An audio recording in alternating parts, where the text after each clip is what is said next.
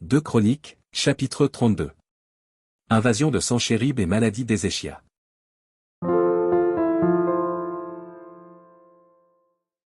Après ces choses et ces actes de fidélité, parut Sanchérib, roi d'Assyrie, qui pénétra en Juda, et assiégea les villes fortes, dans l'intention de s'en emparer. Ézéchia, voyant que Sanchérib était venu et qu'il se proposait d'attaquer Jérusalem, tint conseil avec ses chefs et ses hommes vaillants, afin de boucher les sources d'eau qui étaient hors de la ville, et ils furent de son avis. Une foule de gens se rassemblèrent, et ils bouchèrent toutes les sources et le ruisseau qui coule au milieu de la contrée. Pourquoi, disaient-ils, les rois d'Assyrie trouveraient-ils à leur arrivée des eaux en abondance? Ézéchia prit courage, il reconstruisit la muraille qui était en ruine et l'éleva jusqu'au tour, bâtit un autre mur en dehors, fortifia Milo dans la cité de David, et prépara une quantité d'armes et de boucliers. Il donna des chefs militaires au peuple, et les réunit auprès de lui sur la place de la porte de la ville. S'adressant à leur cœur, il dit: Fortifiez-vous et ayez du courage. Ne craignez point et ne soyez point effrayés devant le roi d'Assyrie et devant toute la multitude qui est avec lui, car avec nous il y a plus qu'avec lui. Avec lui est un bras de chair, et avec nous l'Éternel, notre Dieu, qui nous aidera et qui combattra pour nous. Le peuple eut confiance dans les paroles d'Ézéchia, roi de Juda. Après cela, Sanchérib, roi d'Assyrie, envoya ses serviteurs à Jérusalem, pendant qu'il était devant l'Aki avec toutes ses forces, il les envoya vers Ézéchia, roi de Juda, et vers tous ceux de Juda qui étaient à Jérusalem, pour leur dire: Ainsi parle Sanchérib, roi d'Assyrie, sur quoi repose votre confiance, pour que vous restiez à Jérusalem dans la détresse? Ézéchia ne vous abuse-t-il pas pour vous livrer à la mort par la famine et par la soif, quand il dit: L'Éternel, notre Dieu, nous sauvera de la main du roi d'Assyrie? N'est-ce pas lui, Ézéchia, qui a fait disparaître les hauts lieux et les autels de l'Éternel, et qui a donné cet ordre à Juda et à Jérusalem: Vous vous prosternerez devant un seul autel, et vous y offrirez les parfums? Ne savez-vous pas ce que nous avons fait, moi et mes pères, à tous les peuples des autres pays? Les dieux des nations de ces pays ont-ils pu délivrer leur pays de ma main? Parmi tous les dieux de ces nations que mes pères ont exterminés, quel est celui qui a pu délivrer son peuple de ma main, pour que votre Dieu puisse vous délivrer de ma main? Que Ézéchia ne vous séduise donc point et qu'il ne vous abuse point ainsi, ne vous fiez pas à lui.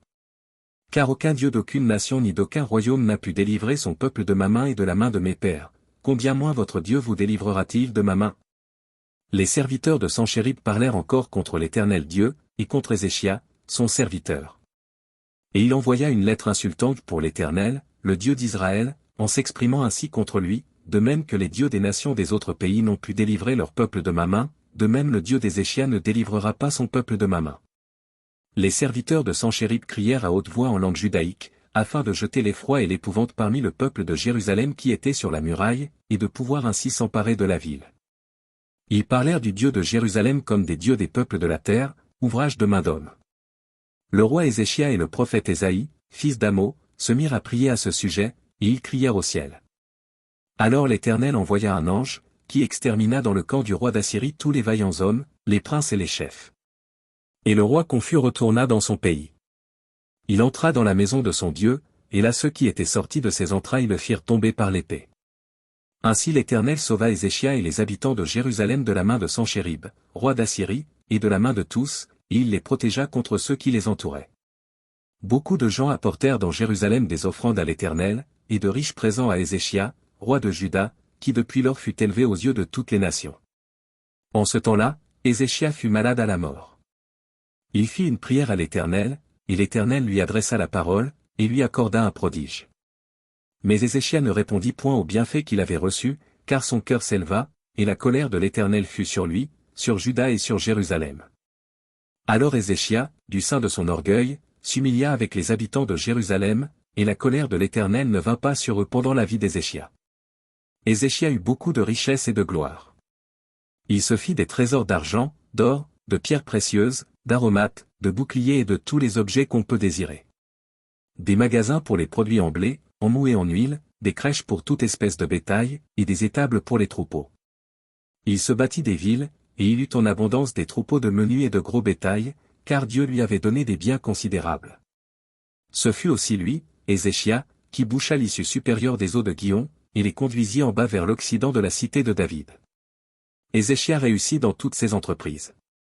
Cependant, lorsque les chefs de Babylone envoyèrent des messagers auprès de lui pour s'informer du prodige qui avait eu lieu dans le pays, Dieu l'abandonna pour l'éprouver, afin de connaître tout ce qui était dans son cœur.